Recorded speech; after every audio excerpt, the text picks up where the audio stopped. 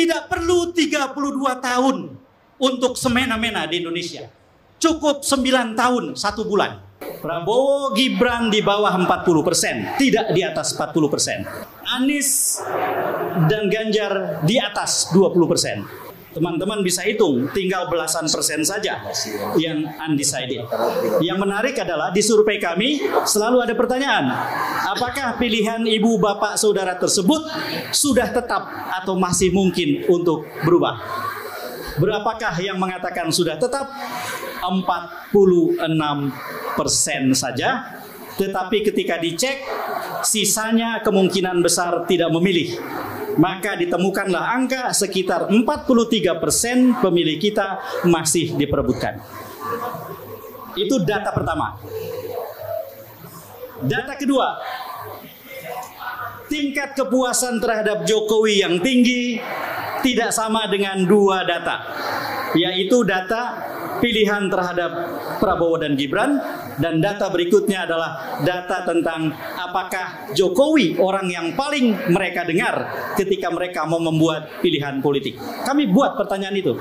Di antara tokoh-tokoh berikut ini termasuk ada jawaban lain-lain sebutkan, sehingga setiap orang bisa menyebutkan tokohnya sendiri. Kita masukkan daftar nama, tentu saja ada Presiden Jokowi di situ. Hanya 20% lebih sedikit yang mengatakan Presiden Jokowi yang mereka paling timbang ketika mau memilih.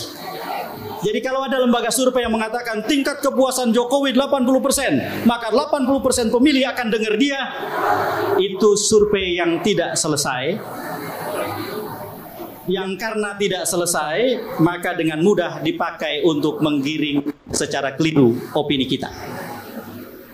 Jadi menurut saya terbuka kesempatan.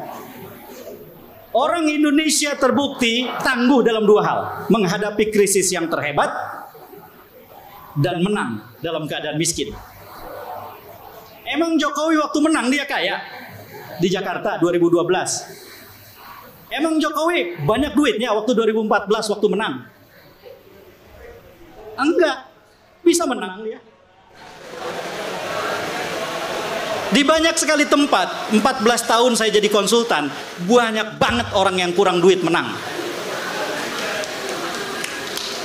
Menurut saya, kewajiban warga negara yang terpenting saat ini adalah hilangkan pesimisme dari kamus Anda. Karena setiap orang bukan penonton, setiap orang adalah pelaku. Dan haram hukumnya bagi pelaku untuk pesimis. Rakyat Indonesia tidak akan tinggal diam menghadapi kekuasaan yang sewenang-wenang.